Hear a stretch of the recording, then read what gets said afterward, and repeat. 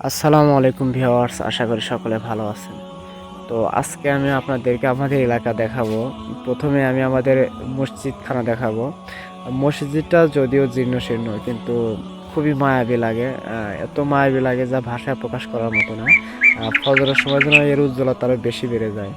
যাই হোক, মসজিদের এটা হচ্ছে প্রবেশ পথ। তো এখানে আসলে আমাদের গ্রামটা খুবই মায়াবী, যা বলার মতো না। সবুজ শস্য শ্যামল। আর সবচেয়ে বেশি অনুভূতি, ভালো লাগার অনুভূতিটা হচ্ছে বাড়ি থেকে বের হলেই যেন প্রকৃতি আমাদেরকে ঘিরে ধরে।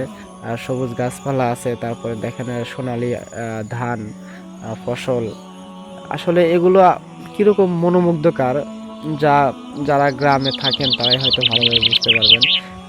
আর আমার কাছে মনে হয় যে আমার গ্রামটা আমার কাছে সবচেয়ে বেশি সুন্দর।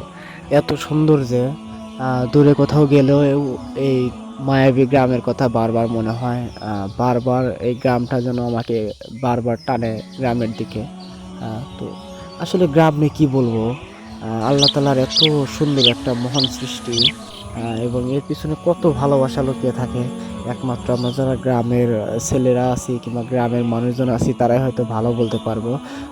যেন প্রত্যেকটা কদমে কদমে আমাদের ভালোবাসার স্মৃতি আছে, যা ভাষায় প্রকাশ করার মতো না। আল্লাহ তাআলার নিকট হাজার শুকরিয়া যে আল্লাহ তাআলা আমাদেরকে এত সুন্দর পরিবেশে থাকার তৌফিক দান করেছেন।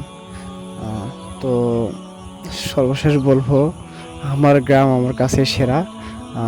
আমি এটা অনুভূতি পাচ্ছি যে আপনাদের গ্রামও আপনাদের কাছে অনেক সেরা।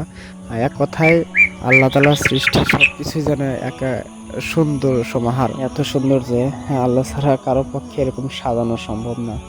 ধন্যবাদ, ভালো থাকবেন, সাথে থাকবেন। আসসালাম।